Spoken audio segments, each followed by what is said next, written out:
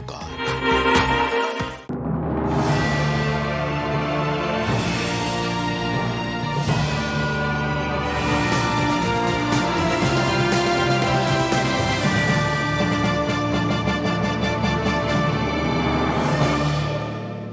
नमस्कार, आप देख रहे हैं प्राइम टीवी और मैं हूं आपके साथ नंदिनी यादव। वक्त हो चुका है उत्तर प्रदेश की बड़ी खबरों का रुख कर लेते हैं खबर की ओर। देश में आदि पुरुष फिल्म को लेकर हलचल तेज है। कोई फिल्म को बैन करने की मांग कर रहा है तो कोई फिल्म में बदलाव करने की बात कह रहा है। वहीं राजधानी लखनऊ के हजरतगंज कोतवाली में सनातन महासभा की तरफ से इस फिल्म में काम करने वाले सभी किरदार और फिल्म निर्माता पर FIR दर्ज करने के लिए ज्ञापन दिया गया। इस दौरान सनातन महासभा के संस्थापक और राष्ट्रीय अध्यक्ष डॉक्टर प्रवीण की अगुवाई में दर्जनों पदाधिकारी कोतवाली पहुंचे और फिल्म निर्माता और फिल्म से जुड़े सभी लोगों पर कार्रवाई की बात कही है। इसी के साथ चेतावनी भी दी कि अगर कार्रवाई नहीं की जाती है तो हम कड़ा रुख अपनाएंगे। वहीं सनातन महासभा के कोऑर्डिनेटर में प्रवक्ता विकास मिश्रा का कहना है कि बार बार हमारे धार्मिक ग्रंथों और हमारे देवी देवताओं पर फिल्म जगत के लोग निशाना साध रहे हैं और इसे रोकना होगा।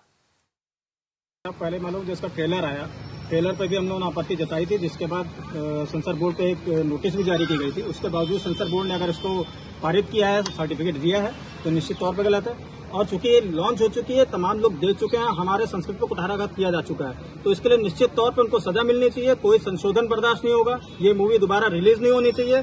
इसके लिए प्रसून जोशी जी को भी सजा मिलनी चाहिए और इसके संवाद लेखक वाले जो मनोज मुंतशिर साहब है, मनोज शुक्ला भी लिखते हैं, उनको भी सजा होनी चाहिए और साथ ही साथ ओम राउत जी को भी सजा होनी चाहिए। क्योंकि अगर सजा नहीं होती है तो ये कुठाराघात निरंतर बढ़ता रहेगा। जैसा कि पूर्व में काली माँ के लिए हुआ, शिव जी के लिए हुआ, वहाँ पे हम लोगों ने सिर्फ और सिर्फ उनको माफी दे दी। इसका ये नतीजा है कि आज इस कदर हम लोगों पर कुठाराघात हो रहा है और ये बिल्कुल बर्दाश्त नहीं करेगा। सनातन महासभा इसके लिए बिल्कुल कटिबद्ध है कि हम उनको निश्चित तौर पर सजा दिला के आएंगे। तो भाषा है वो चलताऊ भाषा है जो हम लोग गली मोहल्लों में बोलते हैं। तो भगवान हमारे सनातन में ऐसा हो ही नहीं सकता है कि इस तरह की भाषा का प्रयोग किया जाए।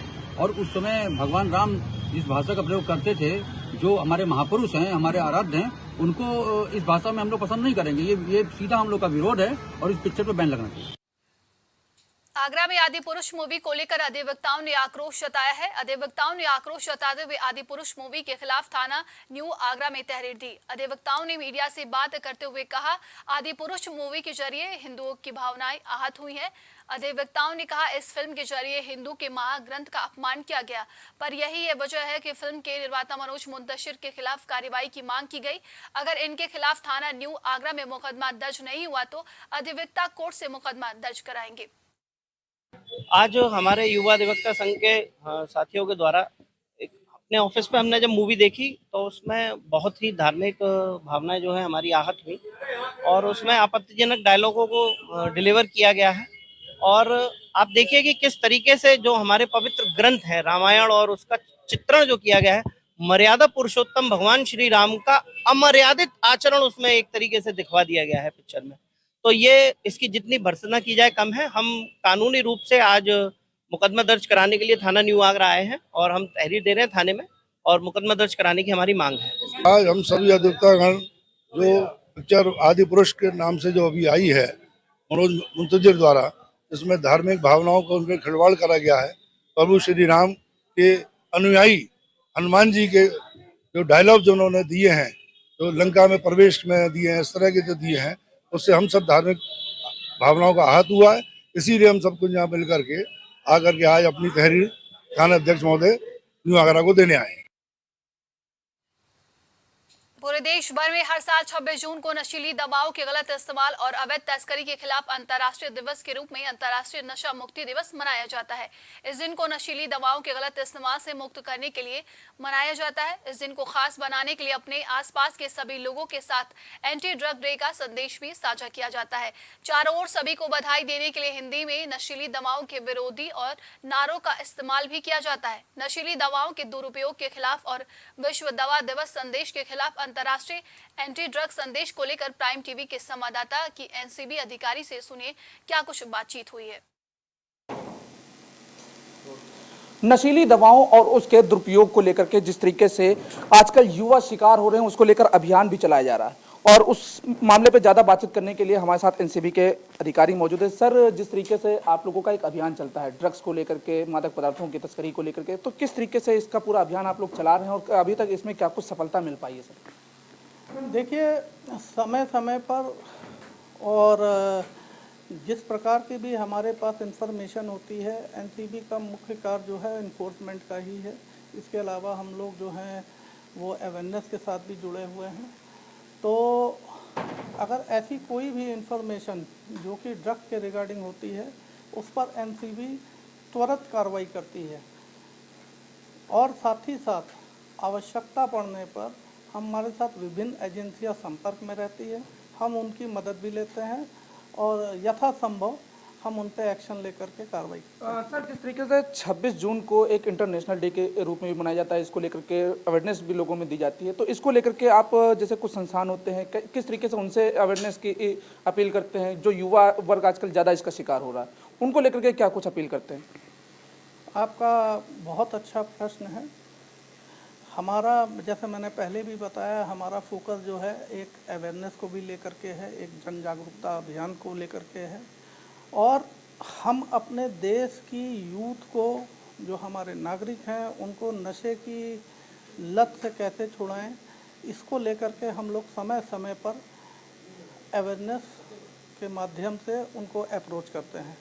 जैसा कि आपको विदित होगा, इस दौरान एक हमारा अभियान लगातार चल रहा है, नशा मुक्त भारत पखवाड़े में 12 जून से लेकर के 26 जून तक, और इसके अलावा भी हम लोग ये कार्यक्रम करते रहते हैं।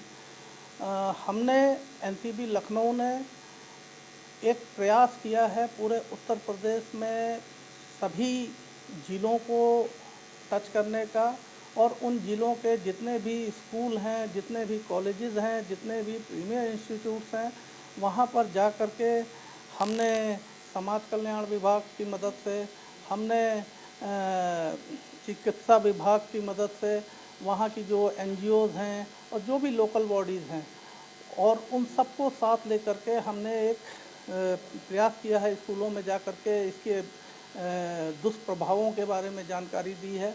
और जो युवा वर्ग है उसने भी हमको एक बहुत अच्छा रिस्पांस दिया है और इस अभियान के साथ हमें पूरे समाज का एक अच्छा समर्थन मिला है।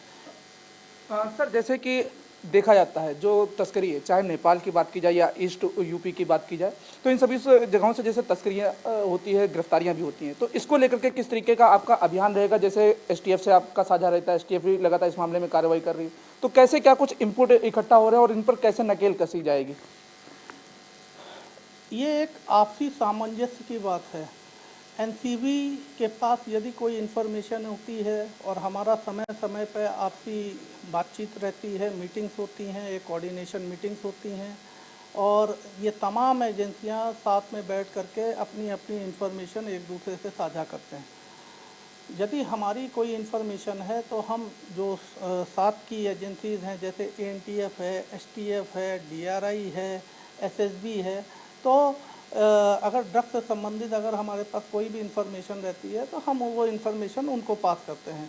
सिमिलरली अगर ऐसी कोई इंफॉर्मेशन उन एजेंसियों के पास है जिस पे एक्शन हमको इमीडिएट लेना है, तो वो हमारा सहयोग करती हैं, और इस सिलसिले में एक दूसरे की मदद से, एक भावना के साथ काम करने की मदद से इस बीच में हमने एक अच्छा प्रहार किया है ड्रग्स की ट्रैफिकिंग में, और जिसकी वजह से मैं देख रहा हूँ कि उत्तर प्रदेश में अभी जो ट्रैफिकिंग है उसमें काफ़ी कमी आई है, और इस दौरान एक बड़ी मात्रा में हमने ड्रग्स को जब्त भी किया, विभिन्न प्रकार की ड्रग्स को जब्त किया है, और एक ठीक ठाक और एक ह्यूज अमाउंट में हमने ड्रग ट्रैफिकर्स की प्रॉपर्टी को भी सीज किया है।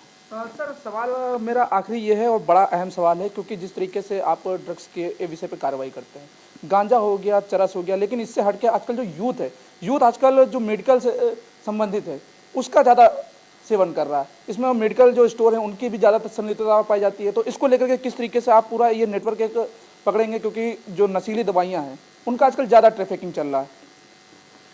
मैंने आपको जैसे पहले भी बताया कि जो यूथ है वो मैन्युफैक्चर ड्रग की तरफ थोड़ा सा इंक्लाइंड है, लेकिन इसमें समय समय पर एफएसडीए के साथ हमारा एक अच्छा सामंजस्य है और हमने इस बीच में कुछ ऐसी जो मैन्युफैक्चरिंग ड्रग्स हैं उनको भी सीज किया है और उनके साथ अच्छा हमारा सामंजस्य है। और अब अभी आप देखेंगे कि काफ़ी हद तक क्या बहुत ही अच्छे तरीके से आज की डेट में इन चीज़ों को कंट्रोल किया जा रहा है।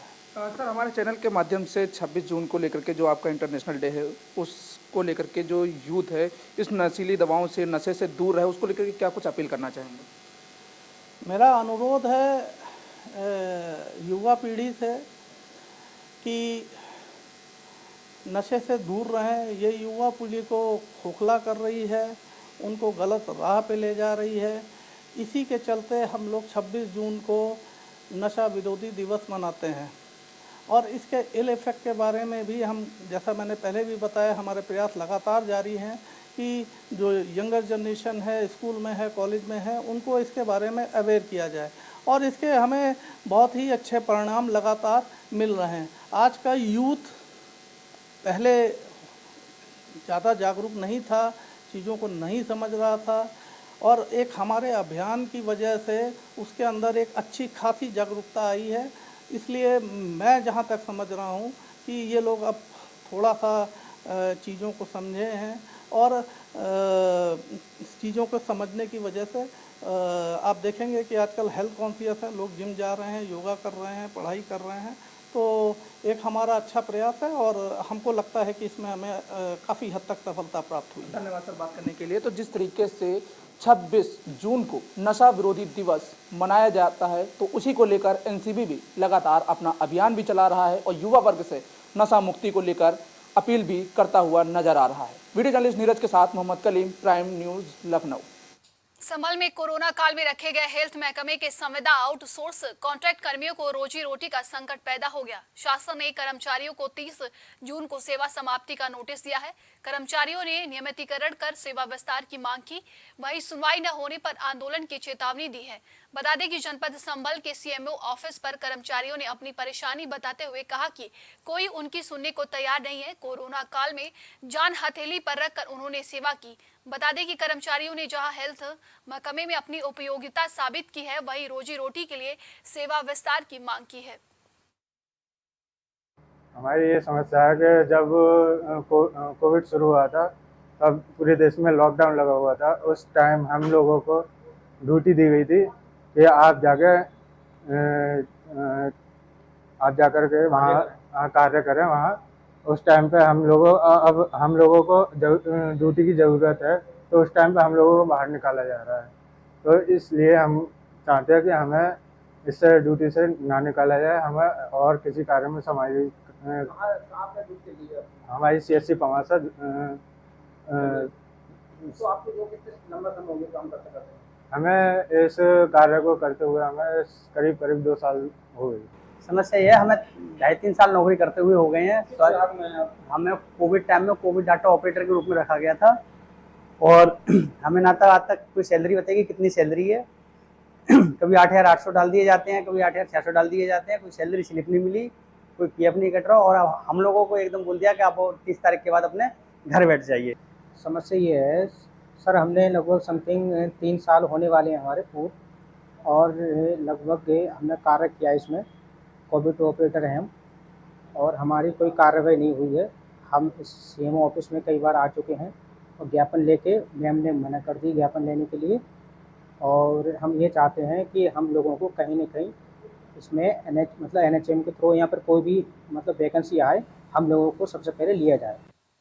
फरीदाबाद के पृथला विधानसभा में आयोजित होने वाली भारत गौरवशाली लोकसभा रैली को लेकर पृथला विधानसभा के निर्दलीय विधायक और FCI के चेयरमैन नयनपाल रावत ने क्षेत्र के सरपंचों और गणमान्य लोगों के साथ रैली को लेकर चर्चा की, जिसमें विधायक नयनपाल रावत ने पृथला विधानसभा के लोगों से इस रैली में बढ़ चढ़ कर पहुंचने की अपील की। वहीं नयनपाल रावत ने बताया कि इस रैली के मुख्य अतिथि और मुख्य वक्ता हरियाणा के मुख्यमंत्री मनोहर लाल खट्टर होंगे और इस रैली के आयोजक फरीदाबाद से सांसद और केंद्रीय राज्य मंत्री कृष्णपाल गुर्जर रहेंगे। उन्होंने कहा कि पृथ्वी से विधायक होने के नाते से उनका फर्ज है कि रैली में ज्यादा से ज्यादा लोग पहुंचे और मुख्यमंत्री तथा केंद्रीय राज्य मंत्री के विचारों को सुने। देखिए, आज सभी गांवों के सरपंच साहिबान और जो पंचायत के प्रतिनिधि या मौजूद सरदारी आज जो क्षेत्र से आई है, ये 25 तारीख को माननीय मुख्यमंत्री महोदय की जो रैली है गौरवशाली रैली, उसके लिए विषय में चर्चा करने के लिए आई है कि किस प्रकार से उसमें भीड़ जुटानी है, क्योंकि प्रदेश के यशस्वी और तपस्वी माननीय मुख्यमंत्री महोदय पटना विधानसभा में, क्योंकि ये जो रैली है वो लोकसभा की रैली है और इसके आयोजक और संयोजक आदरणीय कृष्णपाल गुर्जर जी हैं।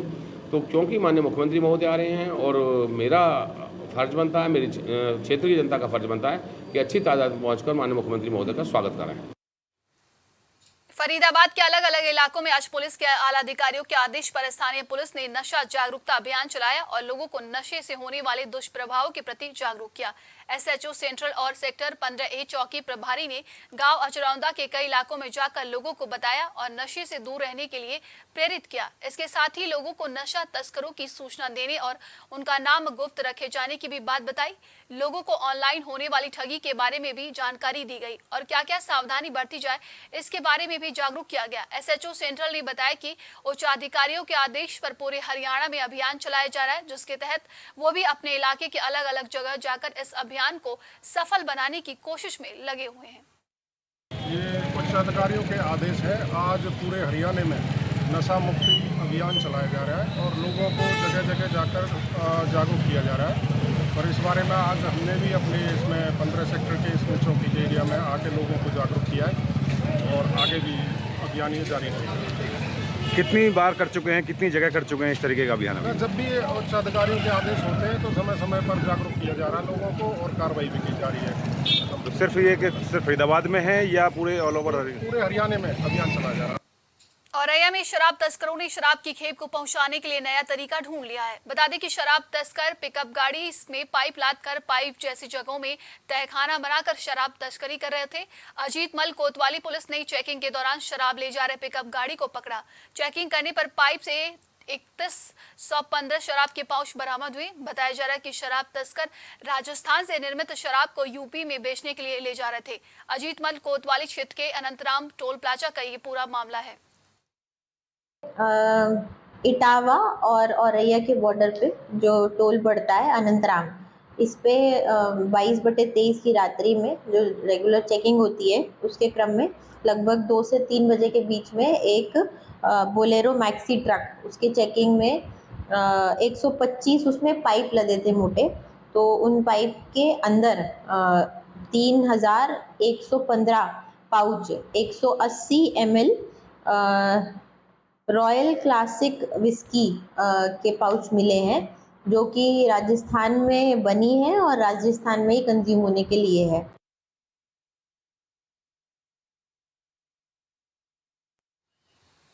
यूपी के कौशाम्बी जिले में गोकशी का मामला सामने आया, जहां दरवाजे पर बंधे गोवंश को चोरी कर गो तस्करों ने काट डाला। जंगल में गोवंश का सिर मिलने के बाद विश्व हिंदू परिषद के कार्यकर्ताओं ने करारी थाने का घेराव कर जमकर हंगामा किया।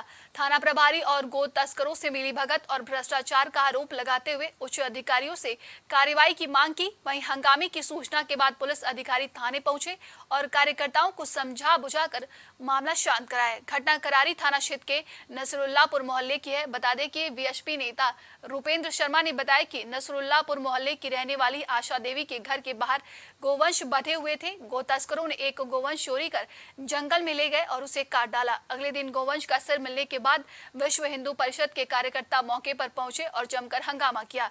इसके बाद वीएचपी कार्यकर्ता थाने का घेराव कर हंगामा करने लगे। हंगामे की सूचना के बाद सीओसीटी अभिषेक सिंह मौके पर पहुंचे और वीएचपी नेताओं को समझा बुझाकर मामला शांत कराया। एएसपी समर बहादुर ने बताया कि इस मामले में गोवंश के अवशेष मिलने के बाद 4 नामजद और 10 अज्ञात के खिलाफ केस दर्ज कर जांच की जा रही है। क्या है? थाना करारी क्षेत्र में कल एक गौ का मुंड पाया गया था खेत में, जिसमें पुलिस मौके पर गई थी। उसमें मुकदमा पंजीकृत कर लिया गया। जो साक्ष्य पाया जाए उसमें सर, बजरंग दल के कुछ थाना में हंगामा भी किया है। उन्होंने कोई हंगामा नहीं किया है। वो थाने पे स्वयं गए थे मुकदमा लिखाने। वादिया चूँकि वहाँ काफ़ी देर से आई थी, इसलिए वो थोड़ी देर वहाँ रुके हुए थे। कोई हंगामा घेराव जैसी बात नहीं की थी। मुकदमा पंजीकृत करने गए थे। सूचना मिली जी तो हमारी एक बहन एसटी बिरादरी की है, वो जो है उसने हमें सूचना दी, संगठन को सूचना दिया कि हमारी बच्चिया को एक कोई खन्नू नाम का मुस्लिम समुदाय का व्यक्ति है और जो तस्कर भी है, मुझे भी जानकारी है जी। तो उसने जो है उस बच्चिया को ले जाके रात में काट कर मुंडी बाहर खेत में फेंक देते हैं जी।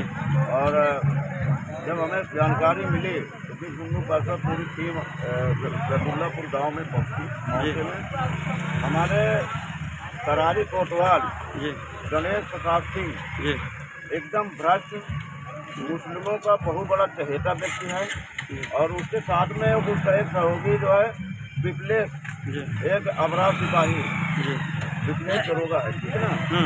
ये जो है पूरा मुस्लिमों का छाया बना हुआ है। मैनपुरी में जमीनी विवाद में किसान की पीट कर हत्या करने का मामला सामने आया है। बताया जा रहा है कि लोहे की रॉड और डंडों से पीट कर किसान की हत्या की गई है। बता दें कि हमलावर मृतक की जमीन पर अवैध कब्जा करना चाहते थे। थाना बिछवा के नेकपुरा गांव की पूरी घटना बताई जा रही है। डैडी खाना खाने जा रहे, निमंत्रण था देवलपुर में, वहाँ से निमंत्रण खा के लौट रहे थे। मैं पीछे था, वो साइकिल से आगे थे। वहाँ गाड़ी 4 पहिए गाड़ी, उन्होंने 4 सवार थे, उसमें नरेंद्र, रामपाल, लेंचेलाल और राम खिलाड़ी, राम सेवक और सुभाष राजेंद्र प्रहार करने सरियों से और हॉकी से, लाठी से, और मेरे ऊपर मैं जब भाग के आ गई तो मेरे ऊपर भी प्रहार किया। जान से मारने की पापा की तो डेथ हो गई थी तुरंत, और मुझे भी जान से मारने की कोशिश की। ये थाना बिछवा के नेकपुरा गांव में कश्मीर सिंह है, उम्र करीब 50 साल है। तो कल इनके साथ मारपीट हुई थी जिसमें ये घायल हो गए थे और इनको जिला अस्पताल लाया गया था, जिसमें इनकी मृत्यु हो गई है। इनके लड़के अश्वनी की तहरीर पर 4 लोगों के विरुद्ध मुकदमा पंजीकृत कराया गया है। इसमें रामपाल, नरेंद्र, राम खिलाड़ी और सुभाष हैं। इन अभियुक्तों के विरुद्ध मुकदमा पंजीकृत होकर के इनकी तलाश की जा रही है और बॉडी का पंचायतनामा पोस्टमार्टम की कार्रवाई कराई जा रही है। अमेठी जिले में पुलिस का खौफ खत्म होता हुआ नजर आ रहा है। बता दें कि मामूली बात को लेकर दबंगों ने मारपीट की है, जिसका वीडियो भी सोशल मीडिया पर तेजी से वायरल हो रहा है। गौरीगंज कोतवाली क्षेत्र के रामगंज कौहार का बताया जा रहा है वायरल वीडियो। औरैया में साईं मंदिर के पीछे पेड़ से युवक का शव लटकता मिला, जिसकी जानकारी सदर कोतवाली प्रभारी को दी गई। पुलिस ने शव को कब्जे में लेकर पोस्टमार्टम के लिए भेज दिया। बता दें कि सदर कोतवाली के साईं मंदिर नेशनल हाईवे के पास एक युवक का शव पेड़ से लटकने की सूचना सदर कोतवाली औरैया पुलिस को मिली। सदर कोतवाली पुलिस द्वारा तत्काल घटनास्थल पर पहुंचकर उच्च अधिकारियों को जानकारी दी गई। घटनास्थल पर पहुंचे अधिकारियों द्वारा शव को कब्जे में लेकर शिनाख्त कराने की कोशिश की गई। जहां युवक की शिनाख्त नहीं हो सकी, वहीं दूसरी तरफ एक महिला अपने पति की तलाश कर रही है। जब उसका पति कहीं नहीं मिला तो वो सदर कोतवाली पहुंच गई और पुलिस को पति की गुमशुदगी की बात बताई। जहां सदर कोतवाल ने महिला की बात सुनी और उसके पति का हुलिया पूछा। जब महिला को मोबाइल पर युवक की फोटो दिखाई गई तो उसने उसकी पहचान अपने लापता पति के रूप में की। एक व्यक्ति ने साईं मंदिर के पीछे एक पेड़ पर सुसाइड की थी और फांसी लगा ली थी। तत्काल मौके पर थाने की पुलिस गई, सीओ और एडिशनल एसपी दोनों गए। यहाँ पे देखा गया, तस्दीक किया गया तो इस व्यक्ति की बॉडी पे कोई ये नहीं मिला जिससे उसको आइडेंटिफाई किया जाए। तत्काल उसे मॉर्चरी भिजवा दिया गया था। इनकी तलाश तस्दीक की गई तो आज इनका पता हेतराम पुत्र शिवराम निषाद, ये खरतला सट्टी थाना कानपुर देहात के रहने वाले हैं। ये अपनी पत्नी के साथ किराए पे सैनिक कॉलोनी कोतवाली औरैया क्षेत्र में रहते थे। इनके पत्नी के द्वारा बताया गया कि ये पिछले 1 सप्ताह से किसी बात को लेकर परेशान है और डेली दारू पी रहे थे और शराब के नशे में ये प्रयास किए कई बार एक ट्रक से या किसी चीज़ से सुसाइडल इनको टेंडेंसी हुई थी। और जब इनकी पत्नी इनको ढूंढ रही थी तब इनको ये जानकारी हुई कि इन्होंने यहाँ पे फांसी लगा ली है। परिवार के द्वारा अभी तक इसमें कोई किसी को आरोपित नहीं किया गया है और पंचायतनामा कर पोस्टमार्टम की कार्रवाई की जा रही है। जो भी आगे इसमें निकल के आता है शेष विधिक कार्रवाई की जाएगी। देवरिया के बकौच खाड़ थाना क्षेत्र में भारी संख्या में दबंगों ने एक ही परिवार के 4 लोगों को मारकर लहूलुहान कर दिया। पुरानी रंजिश को लेकर ये विवाद बताया जा रहा है। पुलिस ने मामले को संज्ञान में लेकर जांच शुरू कर दी है। परिवार के सभी लोग सोए हुए थे, तभी दबंगों ने अचानक हमला कर दिया, जिसमें परिवार के 4 लोग बुरी तरीके से घायल हो गए। सभी घायलों को नजदीकी स्वास्थ्य केंद्र में भर्ती कराया गया। इसमें एक की हालत अभी भी नाजुक बनी हुई है। रात में वो खा के सोए थे और आए और बारी बारी से मतलब जो जैसे जगता है जाता है, क्या हुआ उसके मतलब तैयारी में तो जाता नहीं है, क्या हुआ क्या वो लोग मार के गिरा दिए। लोग मारे थे क्या? वही गोविंद और गोविंद के लड़के। पीलीभीत में भीषण गर्मी के चलते लोग गर्मी से छुटकारा पाने के लिए तरह तरह चीजों का उपयोग कर रहे हैं, तो वहीं पर पीलीभीत में नहर और नदी में गर्मी से छुटकारा पाने के लिए नहाते समय डूबकर 8 से 9 लोगों की मृत्यु हो चुकी है।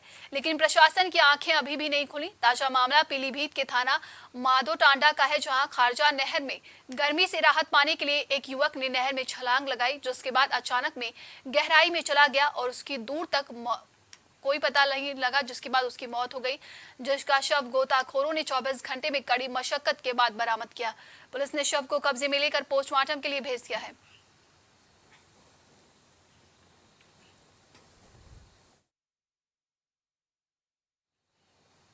अभी के लिए उत्तर प्रदेश की खबरों में बस इतना ही। देश दुनिया की तमाम खबरों के लिए देखते रहिए प्राइम टीवी।